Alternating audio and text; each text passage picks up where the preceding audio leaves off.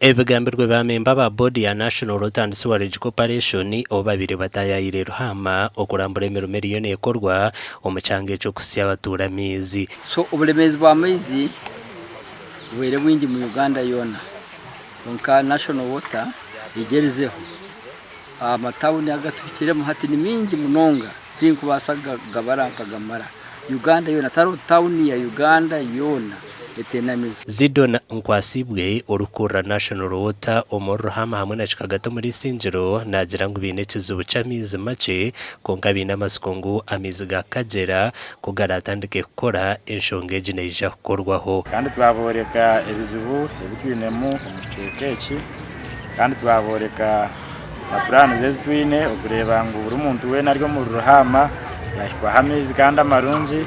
George Runge obira kurire timu ya bodi araganisa ba Ruhaama ngo ekiteekateko cyo kwihamizi ahamugera gwa kagera nabaza kukikoraho abantu bona batunja amizi. At the end of the day it will be more economical to bring that water than all these boreholes who are sinking everywhere, because once they put one major or two major reservoirs or tanks, I think to be able to serve.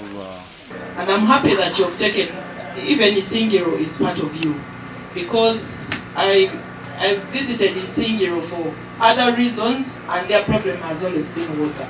Omuhandiiki mukuru w'ekitongore kya National Water Edith Katete asimira abakozi ba National Water mu Ruhaama ahabwa okukora kurungi okusya abantu amizi. We do appreciate that your performance is really good according to what we've seen, but you need now to focus on that issue of non-revenue water.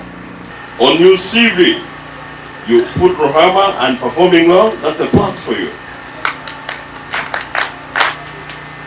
Finally, love being a staff on National Water. Bwanyuma ya bodi kumara kurambura Ntungamo bahenderiro muri Kanungu okureba ebizubu by'amizi omukyanga eki. Makuru agagasha kwa Abraham Muganzi.